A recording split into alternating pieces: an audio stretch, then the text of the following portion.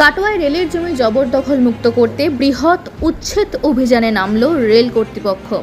বৃহস্পতিবার শহরের ২০ নম্বর ওয়ার্ডে রেলওয়ে পাওয়ার স্টেশন সংলগ্ন এলাকায় বুলডোজার চালিয়ে ভেঙে ফেলা হয় শতাধিক বেআইনি ঝুপড়ি ও বসতঘর। রেল সূত্রে খবর, কয়েক একর সরকারি জমি দীর্ঘদিন ধরে দখল করে বসবাস করছিল বহু পরিবার। গত এপ্রিল মাসেই জমি খালি করার জন্য নোটিশ দেওয়া হয়েছিল। পরে একাধিকবার মাইকিং ও সতর্কবার্তা জারি করা হলেও অধিকাংশ বাসিন্দাই এলাকা ছাড়েনি বলে দাবি রেলের।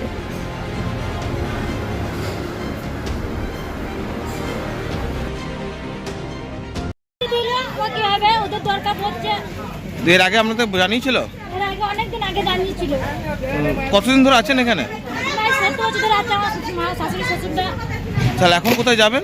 এখন দেখি, এখন রাস্তায় থাকবো, বাড়াবাড়ি এখন পয়সা খাওয়ার ক্ষমতা নাই আমাদের। বাড়ি কাজ করে খায়। তাহলে এটা কি হলো? কি জানি বাবা, আমাদের কি করে এমন করলো, কি করলো। কি নাম আপনার? আমরা রূপা দাস।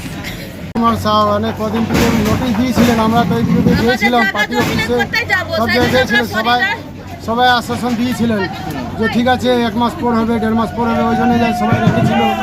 আজ হঠাৎ যাচ্ছে, কালকে এসে মাইক করে দিয়ে আজকে ভেঙে দিয়েছেন। এখানে কতগুলো পরিবার থাকতো মোটামুটি? এখানে 150 ঘর আছে। 150 ঘর আছে। 150 ঘর 30-35 বছর থেকে বাস করছি আমরা, ছেলে ফেলে নিয়ে সব সংসার নিয়ে করতাম এখানে। বৃহস্পতিবার সকাল থেকে রেল আধিকারিক, আরপিএফ ও বিশাল পুলিশ বাহিনীর উপস্থিতিতে শুরু হয় উচ্ছেদ অভিযান।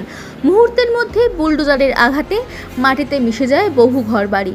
অভিযানের ফলে বহু পরিবার খোলা আকাশের নিচে এসে দাঁড়িয়েছে। উচ্ছেদ হওয়া বাসিন্দাদের একাংশের দাবি, তারা 25 থেকে 35 বছর ধরে ওই এলাকায় বসবাস করছে। তাদের অভিযোগ, বিকল্প পুনর্বাসনের ব্যবস্থা না করে উচ্ছেদ করা হয়েছে তাদের। ফলে পরিবার পরিজন নিয়ে এখন চরম অনিশ্চয়তার মুখে পড়েছেন তারা। ঘটনাকে কেন্দ্র করে এলাকায় ছড়িয়ে পড়েছে তীব্র চাঞ্চল্য। প্রশাসন ও রেল কর্তৃপক্ষের পরবর্তী পদক্ষেপের দিকেই এখন তাকিয়ে স্থানীয়রা।